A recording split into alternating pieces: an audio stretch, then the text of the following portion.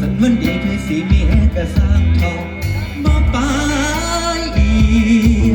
ตามระเบียบเสร็จเขาจนได้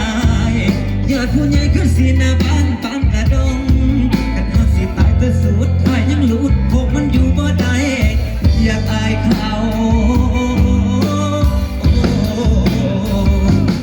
น้ำตาตกลงโจกชัดพวกมันจังสิพอสิขาคนจังมึงให้ตายไปจากใจเขียนในคักเบิดเราชักว่าชักให้กันยังบ่ตายยังบ่ตายไปจากใจ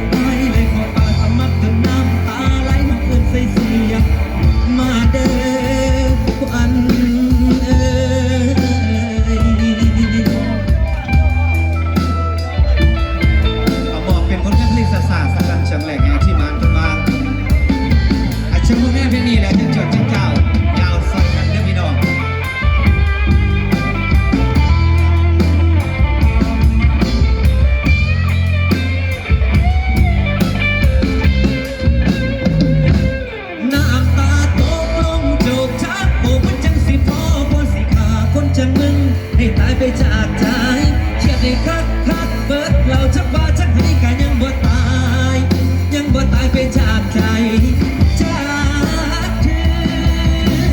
โอ้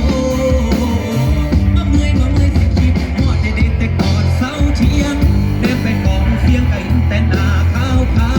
มองก็มองว่าตายยังเห็นแต่ภาพเก่ายังคิดหอดเขาโอ้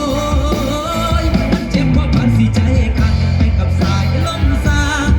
ขึ้นไปคือว่าสิเอาขึ้นบ่ได้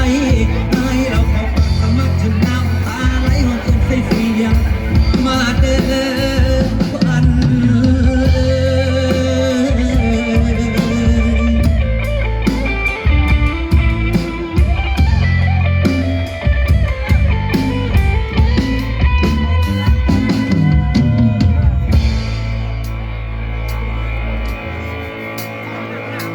เอาเป็นเช่นไหนเป็นเช่น